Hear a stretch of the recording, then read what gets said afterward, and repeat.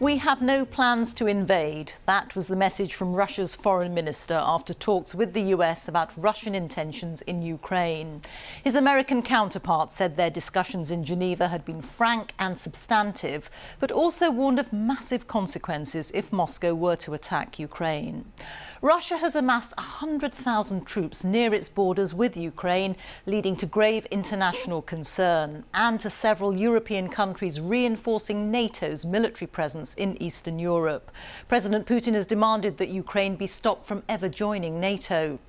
Russia used to control much of the region, but many of those neighbouring nations have now joined the military alliance of European and North American countries, of which the UK is a part. From Geneva, here's our diplomatic correspondent, James Landale. More Russian forces on the move. Surface-to-air missiles in the country's far east, due to join what Moscow says are military exercises near Ukraine. Part of the growing build-up of troops and equipment revealed by images of strategic locations close to the border.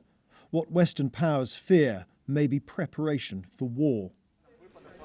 But for now, the diplomacy continues too.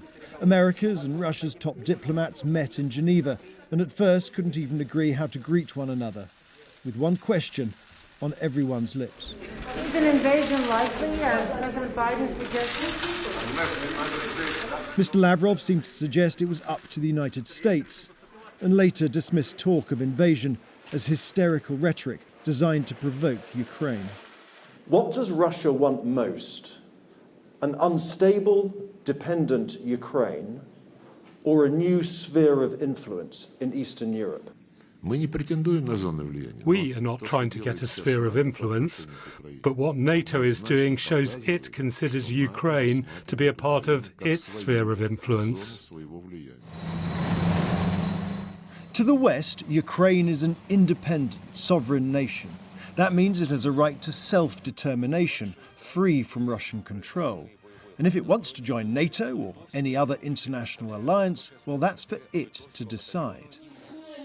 Russia's view is different. It sees the former Soviet country as historically within its sphere of influence, and also strategically important. Crimea was annexed in part to protect Russia's access to the Black Sea. And as for NATO membership, that would be seen as a threat to Russia's core security. That's why President Putin wants NATO to rule out Ukraine ever becoming a member and withdraw its forces from Eastern Europe. America's Secretary of State rejected these as non-starters and once again sought to deter any military action. We've been clear. If any Russian military forces move across Ukraine's border, that's a renewed invasion. It will be met with swift, severe, and a united response from the United States and our partners and allies. There was no breakthrough at the talks here today, no deal to reduce the threat of war. But there was agreement for diplomacy to continue. The US will put forward ideas for more security cooperation next week. Both sides will meet again after that. These are turbulent times, but for now Russia appears willing to continue talking, and Western diplomats hope that might mean not fighting. James Landale, BBC News, Geneva. Let's go now to our Moscow correspondent, Steve Rosenberg, who's outside the Kremlin for us. And Steve, after those talks, are we any clearer about what Vladimir Putin wants and what he's planning? Not really, Rita, no. And this is the key question right now.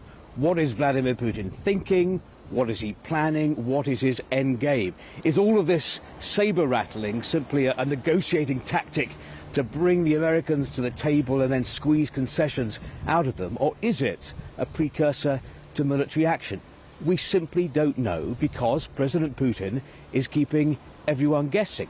Now, some people here believe that Mr. Putin sees himself as a leader on a mission to bring Ukraine back into Russia's orbit, to re-establish, recreate a sphere of influence for Moscow in this part of the world, to push the West back and basically to rewrite the results of the Cold War. And if that is the case, well, that begs the question, the West's threat of colossal sanctions against Russia, will that make Mr. Putin pause for thought? Thank you very much. Steve Rosenberg reporting there from Moscow.